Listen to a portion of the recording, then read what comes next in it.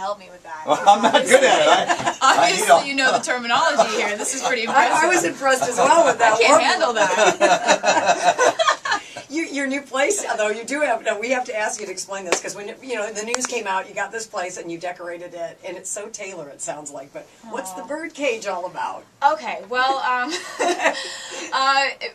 this place is something that I have been working on for like a year, and finally got to move in July.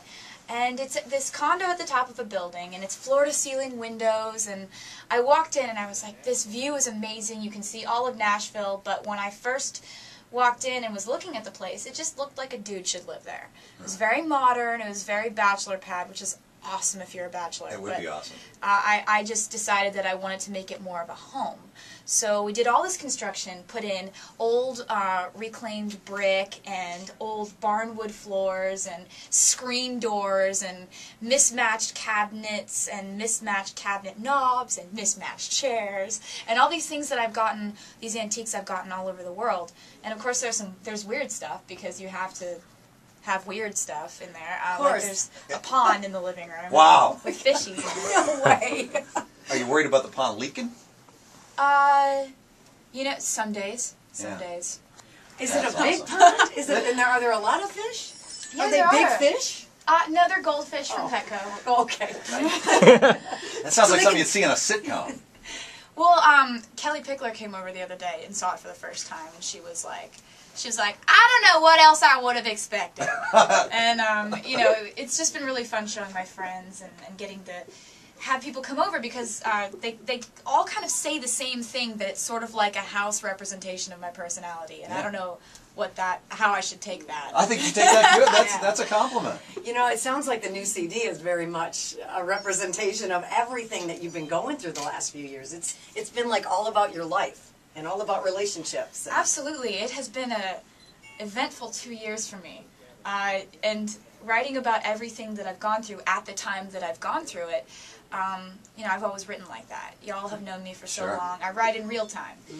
I would be like, I remember coming to radio tour here when I was 16, and I'm looking down and seeing the picture on the wall that I signed for y'all the first time that I came in here. Oh, wow, yeah. And it just brings back all these memories, but you guys know that I write about my life as it's happening. That's why we're always nice to you.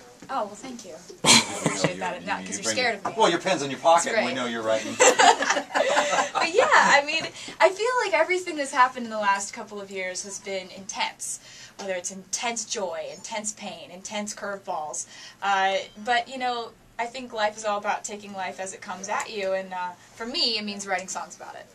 Well, especially if you didn't say it at the time it was happening. Be like, this is your chance to say what you should have said when you were right there in the moment. And this is all you, by the way, right? This album is entirely you. There's no co-writers. Yes, that's something that I'm very excited about on this album.